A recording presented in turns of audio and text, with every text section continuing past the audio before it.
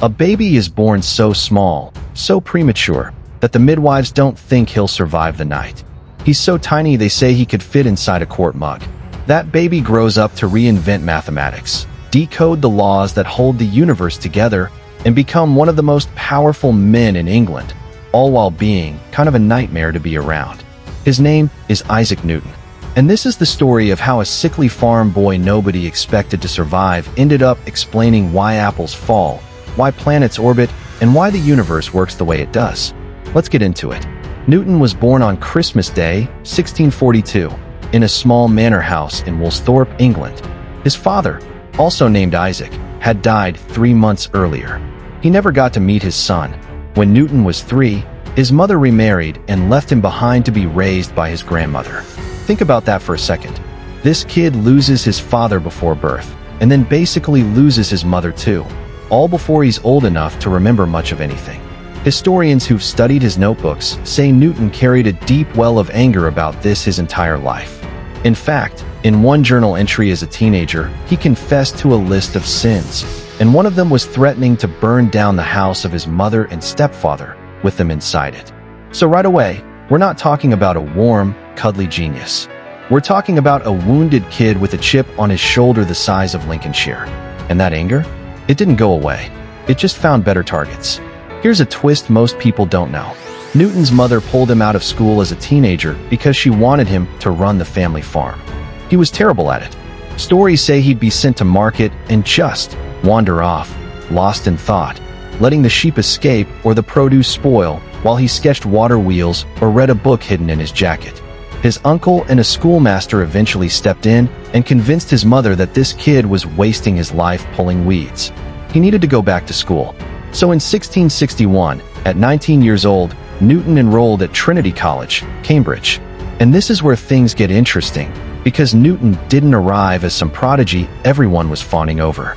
He was a poor student on a work-study program, basically waiting tables and cleaning up after wealthier classmates just to afford his education. He was an outsider, awkward, solitary, uninterested in most of what Cambridge was teaching him. He thought the standard curriculum, mostly old Aristotelian philosophy, was outdated. So he started teaching himself instead. Descartes, Galileo, Kepler. He filled notebook after notebook with his own ideas, scribbled in the margins of what he was supposed to be studying. He was already, quietly, becoming someone else. Then in 1665, something happened that would change everything. The bubonic plague hit London. Cambridge shut its doors. Students were sent home. For most people, this was a disaster, a terrifying pause on normal life. For Newton, it was the greatest research grant in human history. He went back to Woolsthorpe, to that same farm he'd once been so bad at running. And for about 18 months, largely alone, this 20-something-year-old did what might be the single most productive stretch of thinking any human being has ever done. In that farmhouse, Newton began developing calculus, a whole new branch of mathematics, just to help himself solve physics problems that didn't have solutions yet. He conducted experiments with prisms, splitting white light into a rainbow of colors and proving that light itself was made of a spectrum, not some pure, single substance like everyone had assumed for centuries. And yes, this is when the apple story comes in. Newton later told friends that watching an apple fall in the orchard got him thinking, why does it fall straight down? Why not sideways? What if the same force pulling that apple to the ground also reaches all the way out to the moon? That single question would eventually become the law of universal gravitation. Now, did an apple literally bonk him on the head? Probably not. But the story, as he told it himself later in life, captures something true. In that quiet, plague-locked isolation, Newton connected the falling of an apple to the motion of the entire cosmos. Not bad for a guy hiding from a pandemic. Here's where we need to talk about who Newton actually was as a person, because it's not all quiet genius in an orchard. Newton was, frankly, brutal to deal with. Take his rivalry with Robert Hooke, another brilliant scientist of the era. The two clashed for years over who deserved credit for ideas about light and gravity. When Hooke criticized one of Newton's papers, Newton was so furious he basically withdrew from public scientific life for years. After Hooke died, Newton, who by then had massive influence as president of the Royal Society, is widely believed to have made sure that the only known portrait of Hooke disappeared. To this day, we don't have a confirmed image of what Robert Hooke looked like. Historians still argue about exactly what happened, but the timing is, let's say, suspicious. Then there's the fight with German mathematician Gottfried Leibniz over who really invented calculus. Both men developed it independently around the same time, but Newton spent years accusing Leibniz of plagiarism, and he didn't fight fair. Newton used his position at the Royal Society to set up an independent committee to investigate the dispute. Except he secretly wrote the committee's final report himself, and it concluded, shockingly, that Newton was right. So if you're picturing Newton as some gentle old man in a powdered wig discovering gravity in peaceful contemplation, that's not quite it. He was ruthless, thin-skinned, and could hold a grudge for literal decades. Here's something that surprises a lot of people.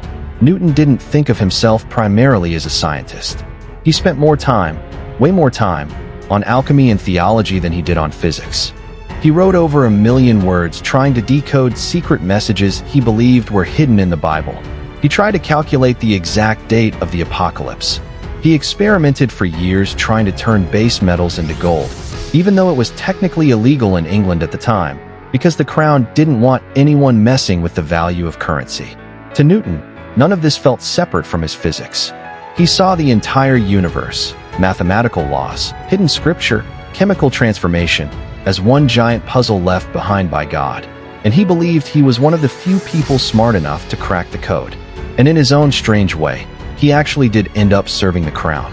Later in life, Newton became warden and then master of the Royal Mint, basically in charge of England's money supply. And true to form, he took the job seriously in the most Newton way possible. He personally hunted down counterfeiters, went undercover in taverns to gather evidence, and got several of them executed. Yes, the man who discovered the laws of gravity also moonlighted as a coin fraud detective who sent people to the gallows. By the time Newton died in 1727, he had done what almost no one before him had managed. He'd taken the chaotic, mysterious universe and shown that it followed rules. Precise, predictable, mathematical rules. The same equations that describe a falling apple also describe the orbit of the moon. He was buried in Westminster Abbey, an honor usually reserved for kings. Voltaire, who attended the funeral, was reportedly stunned that England celebrated a mathematician the way other countries celebrated their monarchs. But maybe the most human part of this whole story is something Newton said himself, near the end of his life. This man who reshaped how humanity understood reality once said that he felt like a boy playing on the seashore, occasionally finding a smoother pebble or a prettier shell, while the great ocean of truth lay undiscovered before him. A wounded kid from Woolsthorpe, a terrible farmer, a ruthless rival, an obsessive Bible codebreaker, a coin fraud detective, and, almost by accident, the man who explained gravity to the entire world. That's Isaac Newton, not a myth. A person, brilliant, bitter, brilliant again, and utterly obsessed with understanding a universe he never quite felt he'd finished figuring out. If you enjoyed this deep dive, let me know in the comments which historical figure you want me to cover next. And if you're new here, hit subscribe, because we're just getting started. Thanks for watching.